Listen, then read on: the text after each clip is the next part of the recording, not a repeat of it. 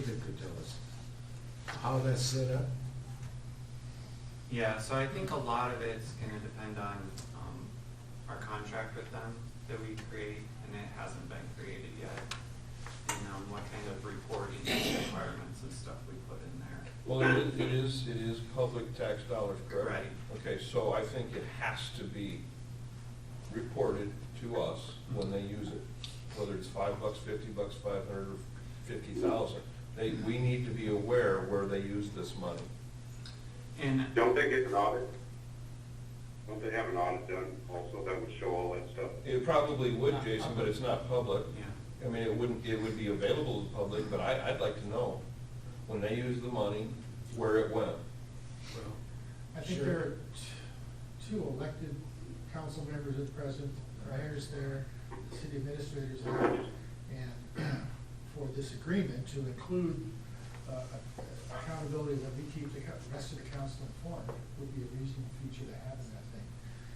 Although, when to make information available that doesn't sour a deal would be an important factor too. Sometimes that matters. Absolutely, and I understand the need for that type of confidentiality. But I also know that at the end of the day, the public needs to know where those tax dollars have been used. And a council member, or whatever, making the rest of the council aware of it is not what I'm after. I'm after making the public aware of it. I'm not against it, I get it, but I just think there has to be accountability. So that's my concern. I think the timing on that, what would happen when the project was announced, in other words, a lot of talk may take place. No problem. 6 months of talk may take place, and it's all confidential at the I got LBIC. it.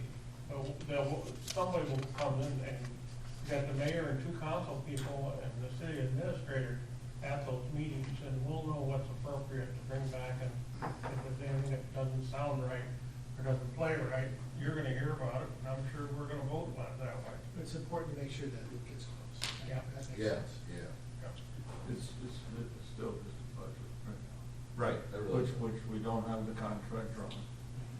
The contract's gonna tell us how we're gonna do the budget dollars. What we put in that contract. And I think that's where some of your concerns will hopefully be eliminated. I think so too. But I also think there's 5 other lines on that thing that have some pretty good sized numbers, that they're just budgets. And in my mind, a budget doesn't mean that you have authority to spend any way you want to. Right. You still gotta come back to the council when you're spending money, because it is taxpayer money. Okay, that's fine. It was just a And concern I that I think have. I think it's legitimate concern. And I think I've visited with Ben and Jacob both on this, but I think the way the system is set up, and when we write a check for something, it will show. And am I right? As you- We'll just pay the LBIC, so we won't know what they do. It'll come back before the LBIC writes the check. We don't actually write the check at this point. But It would come back to us as a dollar. You'll be involved in the discussion. You'll know where the dollars were spent. And if it's something that requires a closed session, we would do that also. Yeah. Did that answer your question, Claire? Yeah. Okay, where am I at?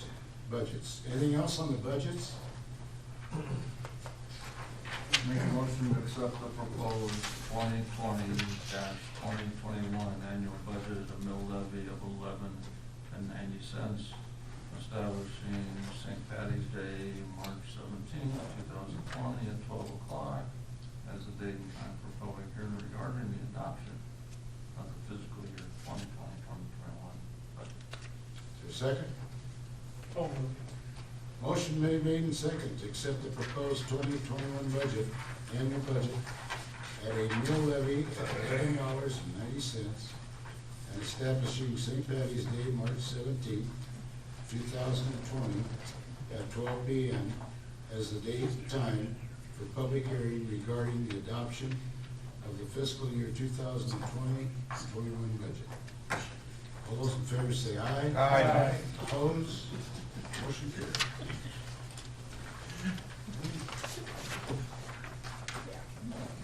We get that leprechaun out. Okay.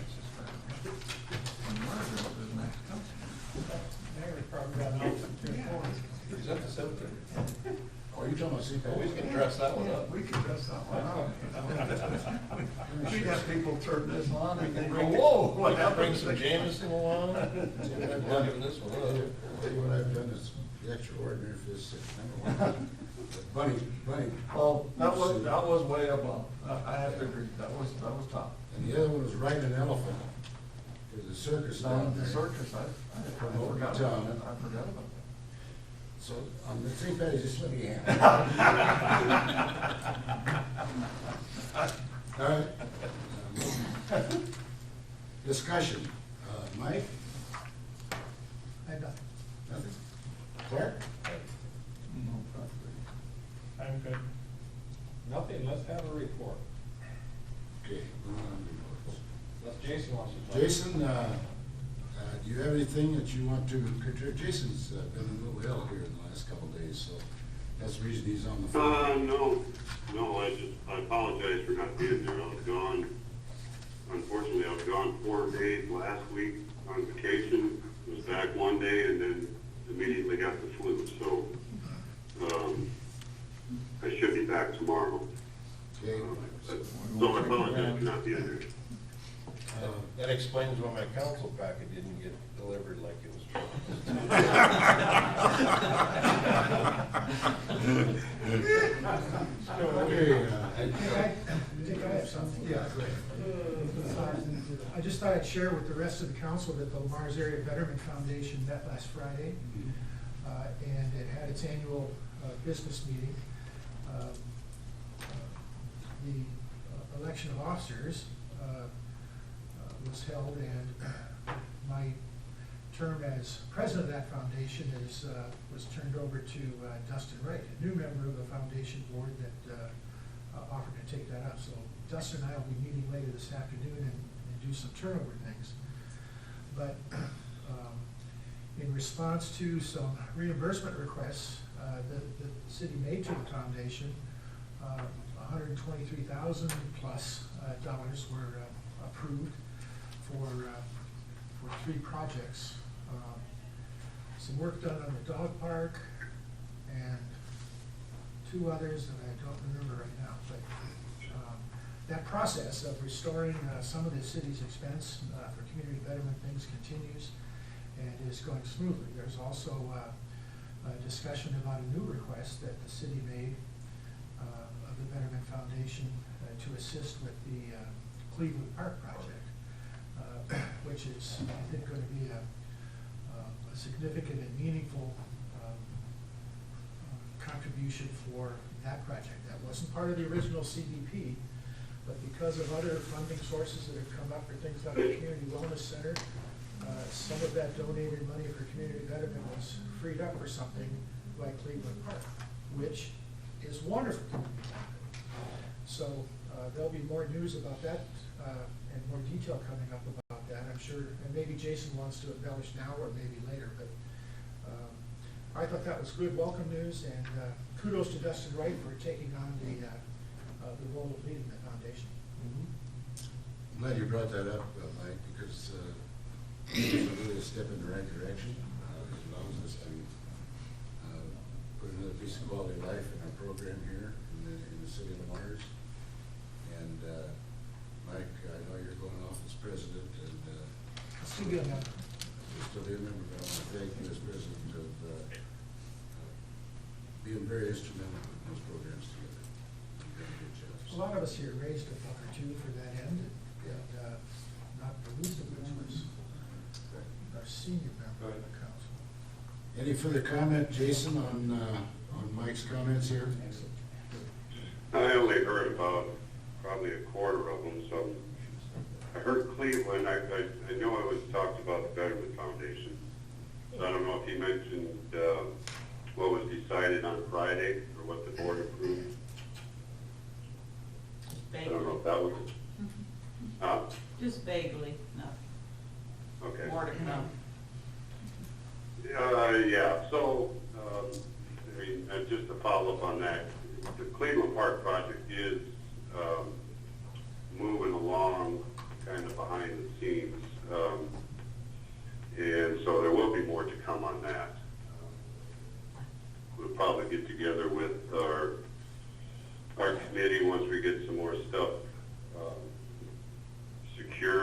guess, as far as the direction, as far as a plan and that. So, but that is moving forward. Okay, So that's, I guess that's all I'll comment on that for now. okay, thanks, Jason. Okay, yeah, okay. We're gonna move into the annual reports, and the first one on the annual report is our fine public police department. Want to stay on, Jason, or not? I'm going to ask Kevin to step forward and No, I couldn't go along. Okay. share with us the police report for the year of 2019. Council, I prepared a packet for you. I think it's 8 pages. I'm not going to go through everything line by line. I thought I'd hit some highlights in there, and then if you had any questions for me. Just moving on to page 2, the only thing that I really highlighted on that is the new police officer, J.C. Vanderberg. I think as of this week, she started first week of September, and I think we're going to be pulling her off of field training actually this week or the next very, very soon. She's working out really well. She's enjoying the community. She's bought a home in town, so it's been working out good. Down to budgets, grants, and funding. The one that I highlighted is the cost share with the community for $50,000, and that is for the school resource officer that we have in place. We're about 4 months into that. It's been well received in the school. Our school resource officer is probably the busiest officer that we have. We were a little concerned about that, keeping him busy, but that has not been an issue. The good thing about that in the school is it's relieved us having to go into the school to handle complaints. Everything is handled in-house. Unless he needs us, he takes everything in the school itself. Moving on to page 3, I'll touch on the statistical overview. Total calls for service has seen a significant increase since 2009. About a 270% increase actually. We're at about 25,000 total calls for service. That includes everything that we do, everything from traffic stops, arrests, to complaints coming in. Out of that 25,000 total calls for service, approximately 18,500 of those are people physically calling us on the phone asking for assistance. And that is up also from 2009. We investigated about 1,200 criminal complaints in 2019, ranging from theft, domestics. And I note this because this is something that the officers spend a lot of time on. They may be in the office for an extended amount of time investigating complaints. We had about 4,000 citations and warnings. I will point out that 7 times out of 10, if you're stopped by a Lamar's officer, you will get a warning. We made about 688 arrests in 2019. 632 of them were adults. Our reportable accidents are slightly up. We had 273 reportable accidents. We had 0 fatalities and 21 injury accidents in 2019. I just touched base on our calls for service. Something that I started in 2017 was community police contacts, and we had 2,122 in 2019. This represents about 10% of all the officers' activity is engaged in community outreach, and that was a target that I really wanted to hit. Next topic is community outreach. I won't mention all these, but I will mention a few. Even though we have a school resource officer, every day each officer is assigned to school, and they will go into that school. They'll do everything from check interior doors to walk around the outside, to spend lunch with the kids, to just hanging out at recess for 10, 15 minutes. We do this at night as well. Any 24-hour business or businesses that are open till about midnight, we physically walk through the door, we chat with folks, and we make ourselves visible. We also do this at Floyd Valley Hospital. The officers report that sometimes they get lost in the basement. That's where we hide the donuts. Business meetings and contacts. This was one of my goals when I became chief, is to physically walk through the door of every business. It took me a couple of years to do it, and I did get that accomplished, but we're not going to stop there. Every summer, we're going to physically walk into every business and just check how things are going. We're going to update their emergency contact information and just have face-to-face with individuals and talk about any concerns they have. Moving on to page 4. I did highlight school resource officer. Again, I kind of touched base on that. It's been going extremely well. This week, actually, John is our school resource officer. He's on vacation in Texas. So we've been spending a little more time in the schools. We have an actual office in the school that is fully set up. It's networked to our PD. I've spent a couple hours up there. I can do work up there. Justin's there today doing work from the high school. So it's really been working out. It's been a benefit to have that extra office, actually. Active shooter training this year. We've been very busy. From Floyd Valley Hospital to industry to the schools. We've had officers instructing a lot of courses. We've even instructed a few courses outside of the city limits. One was in Sioux Center and one was in Remsen, so we're asked to go help other communities. Maybe some highlights. We patrol 7 days a week, 24 hours a day. This coverage equates to 2,500 shifts a year covered by 15 officers. We patrol approximately 80 miles of Lamar's roads on average of about 400 miles a day. And this is why I ask for a squad car every year, and maybe every third or fourth year I ask for 2. We put on about 150,000 miles a year on the city streets. And we split this up between 6 fully marked, fully equipped squad cars. Moving on to page 5, I just highlighted the new building. This was our, even though it was completed in 2018, this was our first year in the building. Really no hiccups besides some maintenance stuff that we've been working through. It's got a great workflow. It's been working out fantastic. We've given a lot of tours through the building, everything from preschool to nursing home folks coming in. So I appreciate the handicap ramp that is put in now. I didn't understand it before, but just the tours coming through, we've given a lot of people coming through that building. Phase 2, I appreciate your support with the berm this morning. I do think Jason is making plans to meet with Brent, the architect, soon, just to kind of look over plans and see where we sit with phase 2 of the building. And then I did list training that officers attended in 2019. Each officer trains for about 100 hours each year in different specialized areas that they have an interest in. And we're also hoping that phase 2 we can eliminate some of that travel and some of that expense that we send to officers going to Des Moines for that training. For the last couple pages, I just got graphs and some statistics on a little more specific on calls for service, incidents, accidents, and things like that. If you have any questions, you may gladly ask. Excellent report. Plan on taking it to a coffee group, because they often have comments. I'd like to see what the officers are doing there. Yeah, I don't have a problem with that. I can probably throw this up on our website too. I don't have a problem if anybody sees it. I think what they have noticed, Kevin, over the last couple of years particularly, that our police officers are out and about more in our community. I think we've really formed a relationship as far as teamwork in regard to our residents and our police officers, and particularly with younger children. And I know the school has helped that a lot. But I agree. Our community outreach is very important. You look in that report, though, we're issuing more tickets, we're arresting more people. We still have to do that. But we can do the community outreach side of it as well.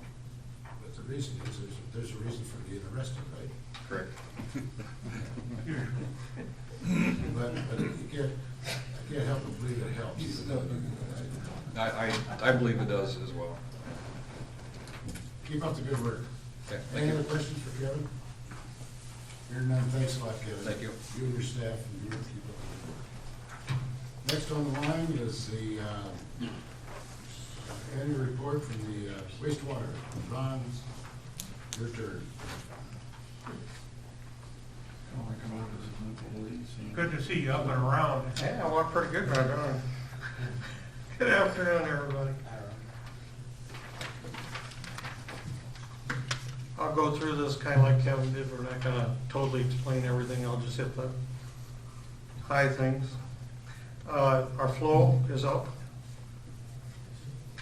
about 11.5 million. CBOD went up, and this is just the plant itself. I'm not talking about, I don't know where it came from, industry or whatever.